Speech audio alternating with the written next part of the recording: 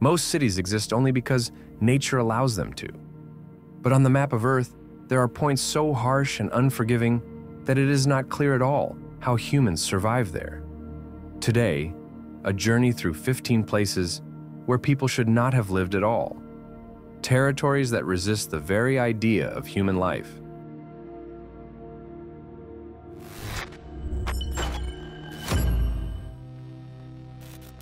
Whittier, Alaska. Whittier is a tiny remote town on the western side of Prince William Sound. And living here is so unusual that almost everyone, about 200 people, is literally under one roof. Imagine, a 14-story building, once an army barracks and now a home, a post office, a grocery, a city hall, a police station, and even a school, all in one complex. Convenient? Rather necessary. The weather, the terrain, and access turn ordinary life into a logistics quest. Whittier was originally built as a World War II military port. A deep harbor and protection from Pacific storms made it strategic. After the war, the place remained a transportation hub of Alaska, but it never became a big city. Today, isolation and climate restrain any growth. Until the year 2000, there was no road here at all. You could get in only by boat or by railway. Now, the only highway passes through the Anton Anderson Memorial Tunnel, a single lane shared by cars and trains with traffic lights and scheduled windows. The climate is subpolar oceanic. Long, windy, wet winters. Snowfall is more than 250 inches per year. That is about 6 meters. The sky is covered by clouds more than 75% of the time. That very house tower gives warmth, a roof, and access to basic services. Through enclosed passages, you can reach the schools and services. Children go to classes almost without going outside during the storm seasons. The economy? Seasonal tourism in summer. Cruise ships and nature tours, a bit of fishing and government services. There are few businesses and limited prospects. Whittier is an illustration of how people adapt creatively so that a town can exist where nature did not lay down conditions for a traditional settlement. Idimat, Greenland. I love pronouncing this name. Idimat, one of the most isolated little towns of Greenland, which means one of the most remote inhabited places on the planet. The east coast, at the outlet to Scoresby Sound, the largest fjord system in the world. Population, roughly 350 people. Founded in 1925 by Inuit families, the Danes sought to gain a foothold on the empty eastern shore. The place was chosen for its rich hunting and fishing grounds. But the environment was merciless from the very beginning. Winters are long, dark, brutal. The norm is below -20 degrees Celsius. Life rests on traditions. Hunting seal, polar bear, musk ox, and fishing. This is both food and income. In winter, they still use dog sleds. Some earn extra as guides for scientists and tourists drawn to this untouched world. There's not a hospital here. A small medical station with nurses, and a doctor flies in from time to time. Emergency evacuation by helicopter depends on weather and ice, which means it is often impossible. Internet? Weak and expensive. And now guess what is most valuable here, besides food and fuel? Communication. Any kind. But even under such conditions, Idimat lives, for the sake of community, culture, and connection to the land of ancestors. This is a place where the environment itself protests against a permanent human presence, and everything rests on a daily balance between survival and loneliness. Wadi Hala, Sudan. In the far north of Sudan, almost at the Egyptian border, on the eastern shore of Lake Nubia, the Sudanese part of Lake Nasser, stands Wadi Hala. From 15 to 25,000 residents, the count fluctuates because of season and migration. Historically, it was an important Nile node and a railway center in colonial times. But everything was changed by the Aswan hydropower complex. When the huge reservoir filled in the 1970s, the old Wadi Hala was flooded. The residents were evacuated and resettled. The main enemy here is heat. In summer, The temperature is steadily above 45, sometimes approaching 50. Rainfall is less than 5 millimeters per year. Soils are poor. Agriculture without artificial irrigation is almost impossible. Sandstorms are frequent guests. Fine dust clogs houses, equipment, even containers with food. Respiratory diseases are commonplace. Irrigation is done by pumps from Lake Nubia, but land is scarce, and it is saline. Medical care, one hospital point and several pharmacies. Serious cases only in Khartoum, and that is more than 900 kilometers away. Schools exist, but are overcrowded. Teachers are visiting and often on short contracts. Communication and internet are unstable, an outage and silence for weeks. Why do people stay? Many are descendants of those whom water once already resettled. They do not want a second departure. Wadi Hala lives at the intersection of historical trauma, climatic limit, and political periphery. From the outside, it seems, why? For locals, this is home. A home that must be won back from the desert every day. Longyear, Svalbard, Norway. Longyear is the largest settlement and administrative center of the Svalbard archipelago. Norwegian territory far beyond the Arctic Circle, about 78 degrees north latitude. One of the northernmost little towns on the planet, roughly 2,400 residents. Founded in 1906 as a coal settlement. Today, a node of science, education, and tourism. But permanent life here is a compromise with nature on tough terms. In winter, -20 is ordinary, and the polar night lasts from late October to mid-February. Permafrost is unstable, avalanche danger is high, so houses are placed very carefully, choosing slopes and wind lines. And now a detail that takes your breath away. It is forbidden to die here. More precisely, since the 1950s, the cemetery has not accepted burials. Bodies do not decompose in permafrost. The gravely ill are sent to the mainland. Giving birth is also not advised. The maternity ward is not equipped. Pregnant women are sent in advance to Norway. Polar bears are another factor. Outside the settlement, you are required to have a rifle. Inside, the risk is minimal, but the rules are iron. Connection with the world, a small airport and seasonal sea routes. Weather easily cancels flights. One grocery store, prices are higher than on the mainland. Yes, there are schools, a university campus, a library, even a mini brewery. But this is a civilization outpost, built in defiance of the elements. Iquitos, Peru. Iquitos is the capital of the Loreto region in northeastern Peru. Its main peculiarity, the largest city in the world that you cannot reach by road. More than 400,000 residents, deep in the Amazon jungle, on the banks of 3 rivers at once, the Amazon, the Nane, and the Itaya. The connection with the country is only by air and by water. Founded in the 18th century, it long remained a modest settlement, until the end of the 19th and the beginning of the 20th century, when the rubber boom struck. The city grew rich and expanded, but after the bust, the main geographic given remained. Not a single highway to the rest of Peru. Only by plane, via the Coronel Francisco Secada Vineta International Airport, or along the rivers by boats and ships. The city stands on floodplains. Seasonal floods inundate entire neighborhoods. The climate of the jungle presses down. Heat around 31, humidity above 90% all year round. Expensive fuel and weather constraints make flights costly, and cargo delivery difficult. Logging and illegal resource extraction around add environmental and political anxiety. And yet Iquitos lives a full life. It trades, teaches, heals, celebrates, mixing the cultures of dozens of indigenous peoples. Tourists and researchers are drawn to the city in the jungle. But for locals, every basic step, transport, food, water, housing, medicine, requires extra effort, money, and risk. And now guess, how long would it last without external supplies and subsidies? The answer is not hard to guess.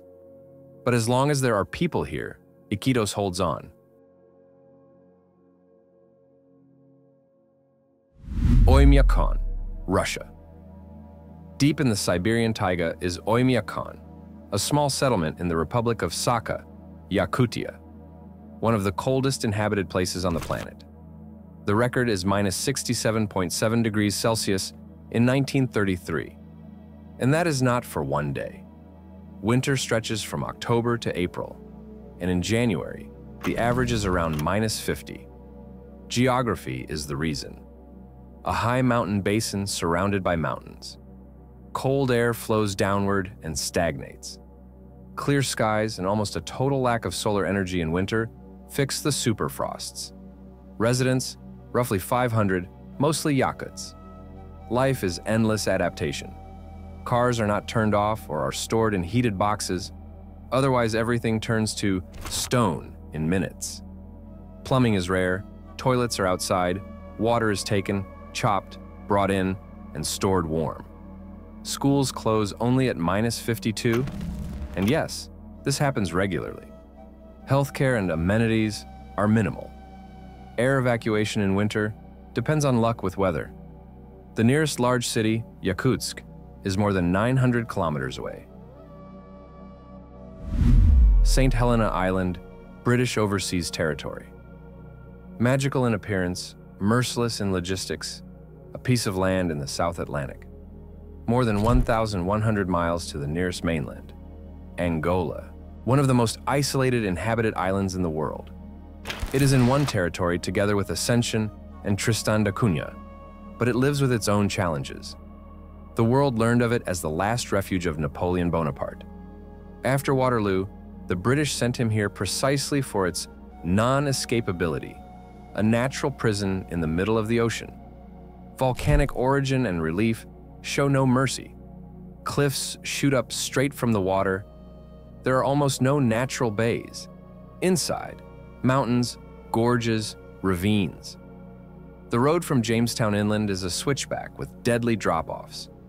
Water is a constant concern. There's rain, but irregular and insufficient. Supplies are collected in small reservoirs. Wells and a compact desalination plant help. Electricity is mainly from diesel generators. That is dependence on imported fuel. Any disruption to shipping, and prices rise for everything, from food to medicines. The island imports much of its food. The selection is more modest, prices are higher. Perishables fly off the shelves instantly. The education system goes up to upper school, and after that, one studies outside. Many young people do not return. The brain drain is palpable. Internet was long satellite-based, slow and expensive. In 2022, a fiber optic cable was laid nearby, and the island was connected. It became better, but fast and cheap is still not about St. Helena. Alert, Nunavut, the far north of Ellesmere Island. Alert is the northernmost continuously used human site on Earth. Latitude is 82.5 degrees north, about 817 kilometers from the North Pole. But this is not a city. This is a rotating crew. Scientists, military personnel, technicians. In winter, up to 50 people. In summer, up to 75. The base was created in 1950, at the height of the Cold War, as part of the early warning system and joint programs with NORAD. Today, there are several facilities here. A signals intelligence station of the Canadian Armed Forces, a weather station of Environment and Climate Change Canada, and an atmospheric global monitoring station of international networks. Does anything grow here? No. Neither trees nor grass, only rock, ice, and wind. The sea ice of the Arctic Ocean at the edge is present for almost the entire year. Everything is brought in by air. There are no roads at all. Cargo planes land on a gravel strip when it holds and when visibility allows. Deliveries are rare and planned with precision to a weather window. Daily life follows regulations. Rotations are short, usually up to 6 months. Psyche and physiology require economy. Darkness, cold, isolation, a serious trial. Before deployment, there is psychological screening. On-site, monitoring. There is a gym, a game room, a common lounge, not a luxury, but a part of survival. Internet is satellite, slow, with limits. Medical care, basic on-site with telemedicine from the south. So everything here is tuned to prevention. They teach, check, and ensure. Erdenet, Mongolia. Erdenet, northern Mongolia, a city born of a mine, founded in 1974 in the Soviet era.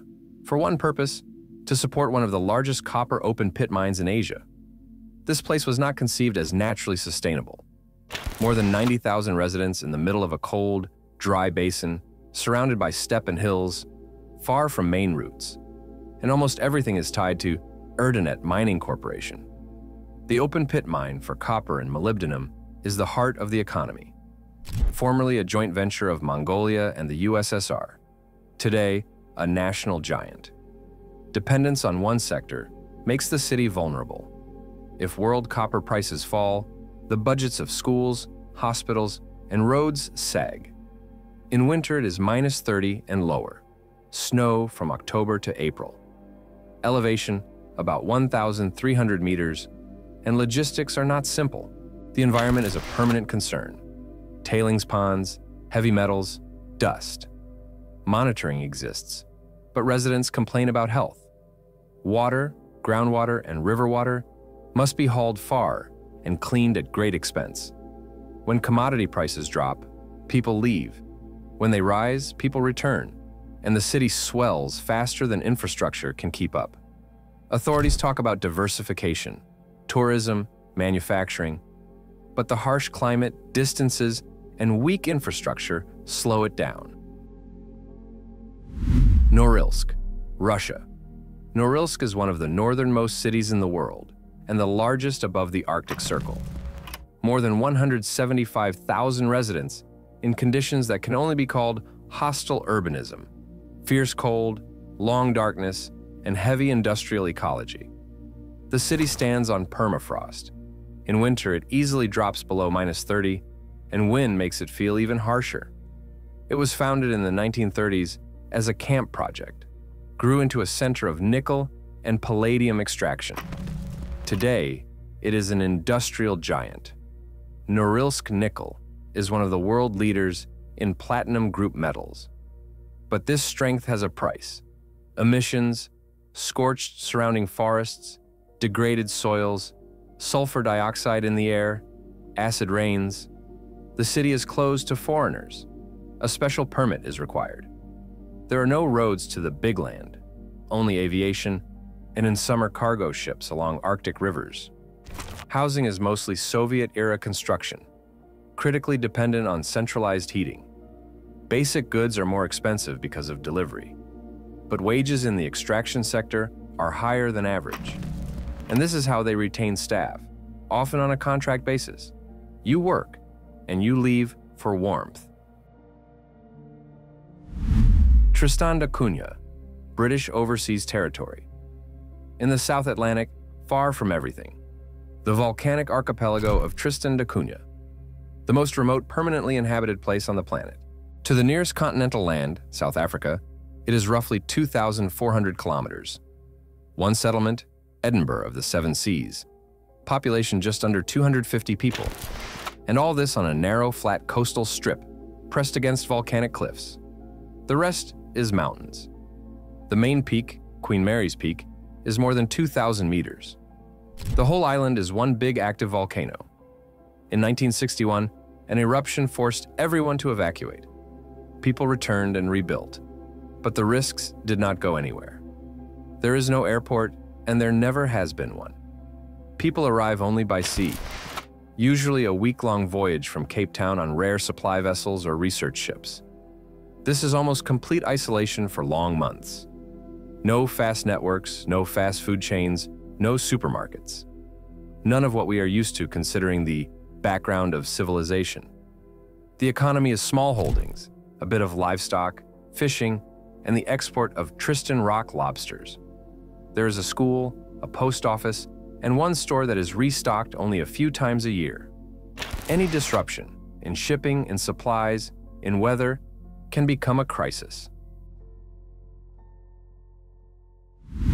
The periphery of the Dakhla Oasis, Egypt, the western desert of Egypt. Dakhla is one of the 5 large oases of the New Valley.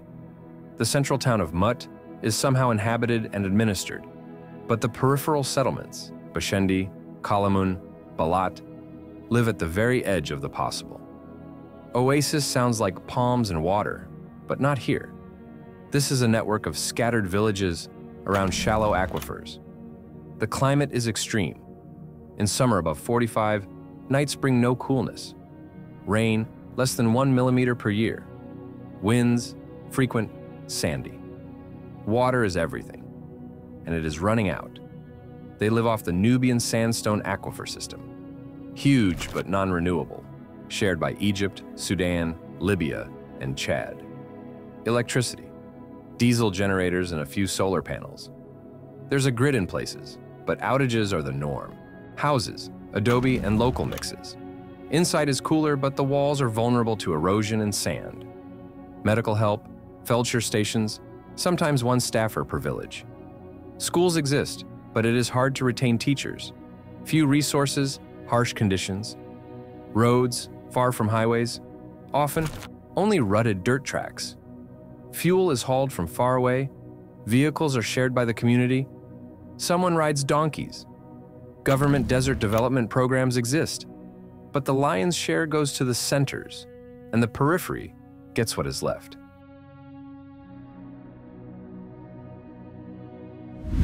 Nordfjordur, Iceland. The name is a test for the tongue, but the place is a test for character. Nordfjordur is a tiny village on the edge of the remote Strandafjordur in Iceland's West Fjords. 40 to 50 residents year-round, sometimes fewer. The Atlantic hammers the rocks, Arctic winds, the surrounding mountains are harsh and icy. The road is a quest of hours, even in summer. Passes and avalanche-prone sections. There is no airstrip. Small aircraft land in neighboring settlements, if the weather allows. The ferry runs by season and by sea state. Emergency help, only when a helicopter can make it. The economy, small-scale livelihoods, coastal fishing for fish and shellfish in summer, a little tourism in the short season of June to August. There is a guest house and a cafe, and that is all. Agriculture is practically absent. Stones and cold at most, sheep on summer pastures. The school is sometimes open, sometimes merges classes with neighbors. There are few children. The population is aging. Core families, seasonal workers, pensioners, those who know the local rules of survival. Hold on. La Rinconada, Peru, a high mountain little city that presses on the lungs with one phrase. The highest permanent settlement on Earth, about 5,100 meters above sea level, higher than many base camps on famous peaks. There is half as much air as at sea level. Chronic mountain sickness is not an exception but a reality. And yet, the population is over 40,000. Why? Gold. The city grew in the 2000s on the wave of a gold rush, near a glacier in the Puno region, by the border with Bolivia. But it grew wildly, without plans, standards, and infrastructure. To this day, it is an example of accelerated, unmanaged urbanization in an extreme environment. There is no central water and no sewerage. People melt ice for drinking, and often drink water contaminated with mercury from artisanal gold extraction. Electricity, from generators or self-connections to small hydropower plants with outages. Roads, battered in the rainy season, impassable. The labor system is cachorreo. For 30 days you work for free, and on the 31st, you have the right to take all the gold that you find. It sounds like a lottery. In reality, the chance is negligible. The mines are dangerous, the shifts are long, protection exists only in words. But hopelessness and hope are stronger than fear. Ifrane Atlas Sagir, Morocco. Ifrane Atlas Sagir is not the Ifrane that guidebooks write about, comparing it to a Swiss corner in the north of the country. Here it is the south, the anti-Atlas, rock, and sharp light. The village clings to slopes between dry riverbeds, where water is a rare, lucky coincidence of a winter downpour and old channels. You know what? Here, every liter is like a small victory. The main limitation is moisture. A year can bring less than 100 millimeters of precipitation, essentially 4 honest rains. And that, when luck strikes. Fields are narrow ribbons at the bottoms of valleys, scratched out with terraces where centuries-old systems work. Underground gallery canats lead spring water to fig, almond, and barley. A mistaken calculation, and the terrace slumps, the season is lost. By day, heat; by night, coolness. Sometimes cold. The temperature swing is like a seesaw. People and houses must take the hit. The houses themselves are made from what lies underfoot: stone, adobe, wood. Thick walls hold shade. Roofs are low so as not to be blown off. The gusts of wind here are known by their names. They come seasonally and do not ask permission. Electricity seems to exist. Officially, the village is on the grid, but outages are familiar. Rooftops increasingly glint with panels. There is much sun, and generators are a luxury. And now guess, what will happen if a single transformer fails? Correct. The entire valley freezes until technicians arrive from the district center. Healthcare, a tiny point, a couple of paramedics, sometimes a doctor for several days. Serious cases, that is a road, a switchback to the nearest town, and let today be without a rockfall. There is a school, but there are not enough teachers. Young people come, try, and leave, not their rhythm. And local teenagers, finishing class after class, often go to Agadir, Marrakesh, Casablanca. The economy is a thin thread. Someone herds goats and sheep. Someone weaves carpets, works silver, paints ceramics. The bazaar is not every week, and buyers are fewer. Tourist routes fly past, preferring postcard valleys. Hazards, dust storms, drought, landslides, overbrowsing by goats on slopes, and now a terrace goes underfoot. Soil slides into a gully. Herders argue with farmers, farmers with the sky. And yet life flows, morning for water, day in the field, evening by the oven. In the silence, you can hear a twig crackling in the hearth. That is the music of this valley. Is it possible to live sustainably here? By textbooks? Difficult. Humanly? Yes, if not alone. Drip lines are needed, new retaining walls, connet repairs, microloans for workshops, a bus on schedule, internet that does not drop as soon as the east wind blows. This is not a luxury. This is a little bridge from the past to tomorrow. Ifran Atlas Sagir holds on to such bridges, and to people who know how to build them from stone, shade, and patience. We visited places where towns are like expeditions, and villages are like tiny fortresses, where one mistake is corrected for an entire season, and one successful delivery of groceries is a holiday. These places exist not because it is convenient for them to live, but because people have reasons to stay: memory, work, home, and, perhaps, stubbornness. Which of these places turned out to be the most impossible for you? And where would you risk living, at least for a week? Write comments and watch previous episodes on the Top Facts channel.